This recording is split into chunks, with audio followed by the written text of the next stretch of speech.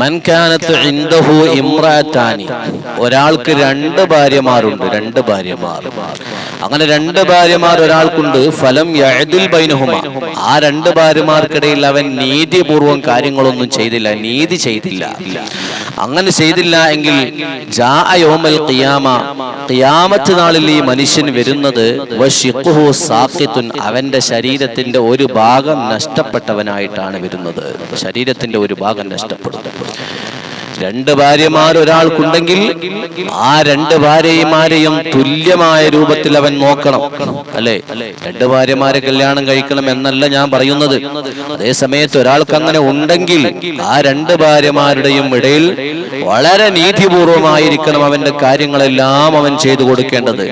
അവരുടെ വസ്ത്രമാവട്ടെ, അവരുടെ പാർപ്പിടമാവട്ടെ, അവരുടെ ഭക്ഷണങ്ങളാവട്ടെ, മറ്റേത് വിഷയങ്ങളാവട്ടെ, എല്ലാം വളരെ തുല്യമായ രൂപത്തിൽ ഒരാൾക്ക് ചെയ്തു കൊടുക്കുന്നത് പോലെ തന്നെ മറ്റു ഭാര്യക്കും ചെയ്തു കൊടുക്കണം.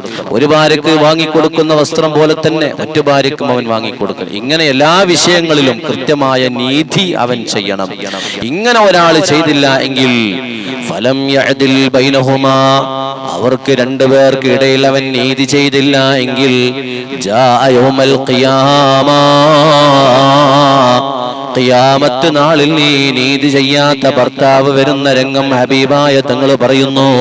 വശിഖുഹു സാഖിത്, വശിഖുഹു സാഖിതുൻ, രണ്ട് ഭാര്യമാർക്കിടയിൽ നീതി കാണിക്കാത്ത ഭർത്താവ് ഖിയാമത്ത് നാളിൽ വരുന്നത് അവന്റെ ശരീരത്തിന്റെ ഒരു ഭാഗം നഷ്ടപ്പെട്ട രൂപത്തിലാണ്.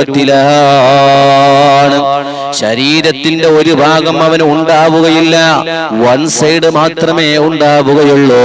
ഒരു സൈഡ് ശരീരത്തിന്റെ ഒരു ഭാഗം നഷ്ടപ്പെട്ട രൂപത്തിലാണ് ആ മനുഷ്യൻ ഖിയാമത്ത് നാളിൽ വരുന്നത്.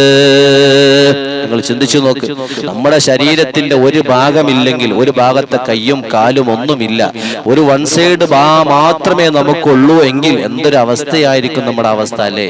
നമ്മെ ആരും നോക്കുകയില്ല, നമുക്കൊന്നിനും സാധിക്കുകയില്ല, ഒന്നിനും സാധിക്കുകയില്ല.